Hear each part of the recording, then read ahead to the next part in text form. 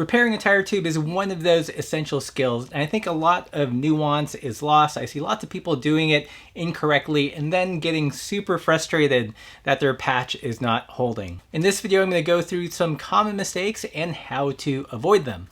Welcome back, Pathless Peddlers, and if you're new to the channel, we are all about the non-competitive side of cycling, riding party pace, and living the supple life.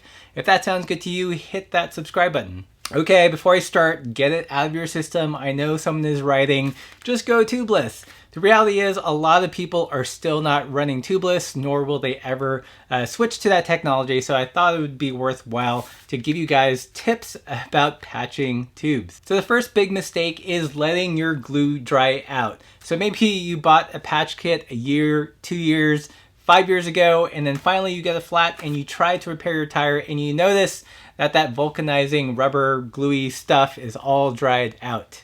Before you've even started, you have already failed. So tip number one is to make sure that your glue, if you're taking it on a ride, especially if you're going on a long tour, that your glue is still sealed or it's still fresh and hasn't dried out. Assuming you got your wheel off, your tire removed, and your tube in your hand, the next big mistake is not marking the puncture correctly.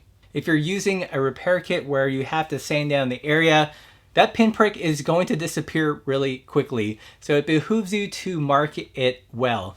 And by that, I mean exaggerating the lines. I like to do these giant crosshairs, so even as I abrade the center where the puncture is, I can still triangulate exactly where the hole is by looking at the outer margins. If you mark it too small in the sanding process, you might inadvertently sand away your mark and completely lose where your patch is supposed to go. So make a big crosshairs with a large enough margin that when you sand things down, you'll be able to find that puncture. And speaking of sanding, another big mistake is to not sand down the area we're going to apply the patch. My favorite patch kit is the Rima Tip Top. I've tried many, from glueless patches, which I don't think work very well, to others, and I think the Rima Tip Top brand is, as the name suggests, the tip top.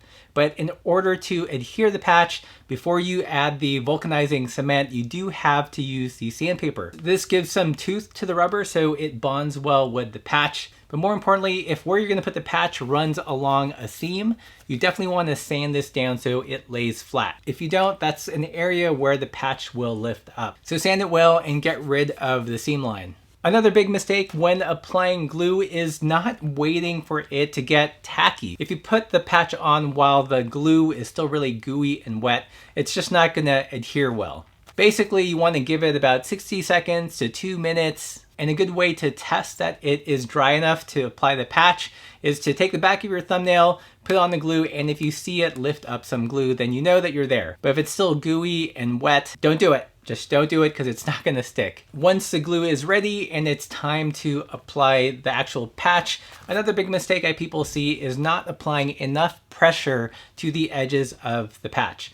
I love the Rima Tip Top patches because they have these scalloped edges, and as you press down on the patch with a tire lever, you can really see them spread and kind of melt into the tube material. That's when you know when you're doing it right. A good technique I use is to wrap the tube around a pump and use that to have a firmer back as I press down with the tire lever. And lastly, it's not really a mistake, I think it's more a point of preference, is removing the plastic backing. I tend to just keep it on because sometimes when I've removed it, it inadvertently lifts up an edge. I don't think there's any harm in leaving that clear film back there. So what do you guys think of these tips? Did I leave anything out? Let me know in the comments below.